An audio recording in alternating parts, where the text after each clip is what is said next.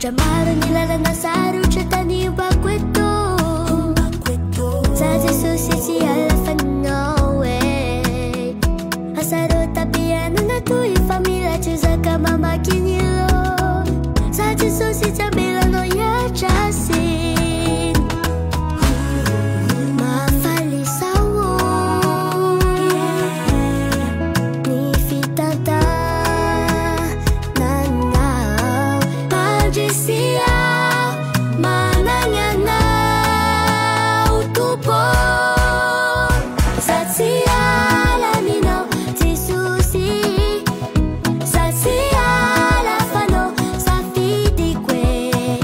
Fanjawai alalakumbwan Nakilano sabaru na funa Sa Jesusi faninawe Satsia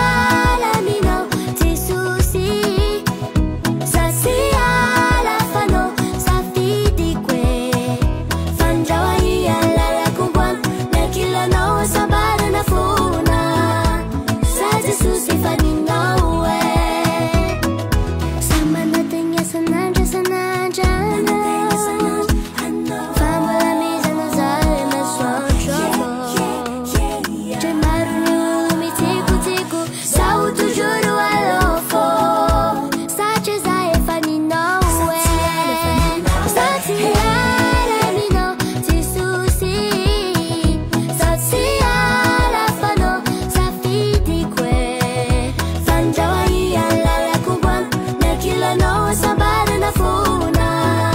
Sa Jesusi faninawe